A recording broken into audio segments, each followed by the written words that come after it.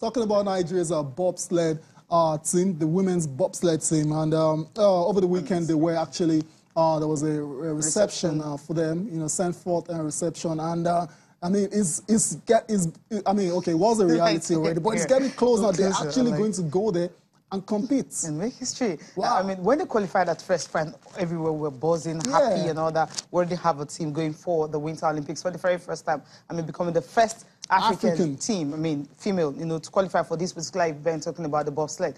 But at the end of the day, the fact that, hey, these girls are really going. I mean, the reception heard, you know, all the sponsors, everyone that came around to actually support them. It's something really huge that we didn't really expect was going to come to this, especially when they started, you know, seeking for the funds, how they were going to start, if they were going to get the support, the backing. But then when the whole support started rolling in, it was really huge for them. Just look at them at the weekend, you know, what they witnessed. Abike Dabire and some other, you know, top dignitaries were all there, you know, to just say, come on, go girls, we're, you know, for you. We know that you girls can actually go there and get something for Nigeria. I think this is really huge. Maybe before we go on the break, if you can take... okay, take a first reaction coming from Shewa Adigun first. I don't think any of us here can even have dreamt up this type of reception from the lovely, lovely country of Nigeria. We're so blessed, and we want to just give you a round of applause for just believing and knowing that we're here. Thank you so much. Thank you.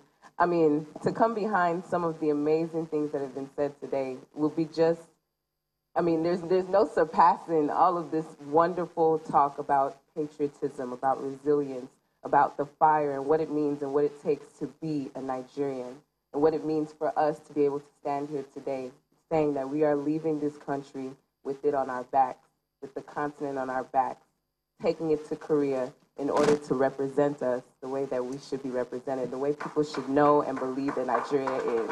Coming home is nothing that we have to think about. It's something that we do because that's what's in our hearts. And we're so grateful that you guys have seen that and you've accepted that. And we couldn't be more honored to represent you, this lovely country of Nigeria, for the first time in 2018 Winter Olympic Games. This dream, this vision, through the challenges, through the blessings, we wouldn't have it any other way. There's no trailblazing track that's going to be easy. And when we all entered this, we knew that that was what it was going to be. And even in times when we could have broken, that shows you the strength of what it means to be a Nigerian. Nigerians don't break.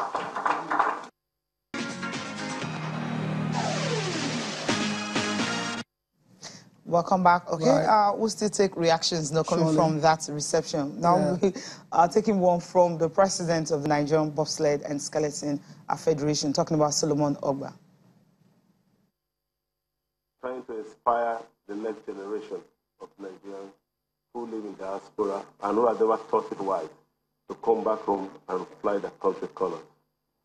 I'm saying this with passion because having been president of athletics for 8 years, I went through this, trying to convince Nigerians to come and run for the country.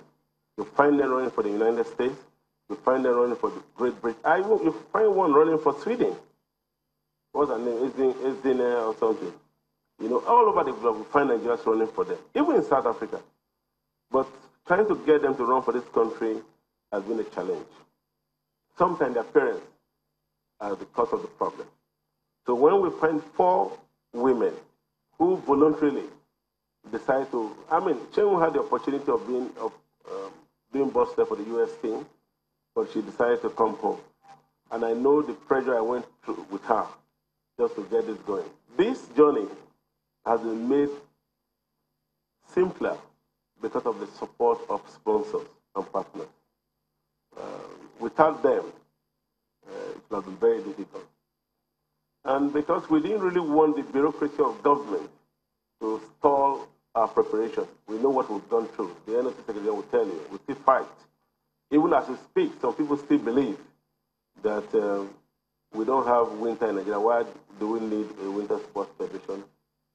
It's still a fight that we fight. Say, look, you have no right to stop any Nigerian anywhere for being part of the history of our country. Okay, that's the precedent. I mean, for the girls to really come and say, okay, let me just do this one for this country, I think it's an element of patriotism and all that. That's why you have so many people coming to really support them, the NOC giving them that huge reception. And from what the next person we're going to listen to, talking about Abike Dabire-Erewa, that's a senior special assistant to President Buhari on Nigerian diaspora, when she was talking about the fact that, you know, when these girls decided to come over here and represent the country, it shows that everywhere you go in the world, where you have Nigerians, they just have a way of having that kind of spirit, you know, that wants to propel them to excel. Because the journey they decided to embark on is something that most people won't even think about. First of all, you're going to be thinking, since this sport is really not popular in Nigeria, where are we going to get the support? But they didn't even think about that at all, Tayo.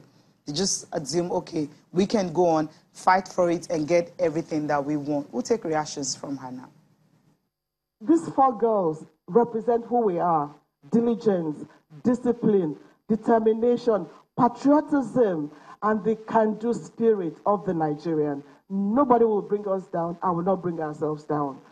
You know, and at this point in time, we have a president who is trying to do his best to make things happen. Yes, there are challenges. We could make mistakes. We're not saying we haven't made mistakes, but we're going to get there together collectively.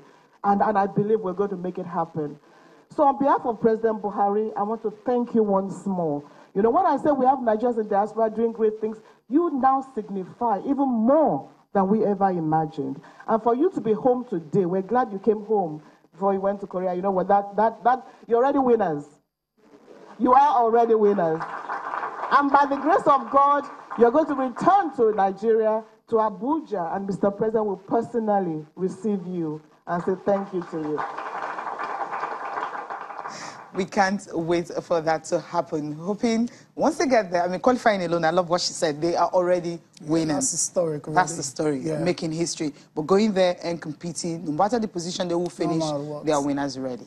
Yeah, awesome stuff. We can't wait for that one. I said it the other day as well, so that we are all of a sudden interested in the Winter Olympics, and thanks to Nigeria's bobsled team. So that's it. Go, girls. We're wishing you all the best as you kick off your campaign to probably win a medal for Nigeria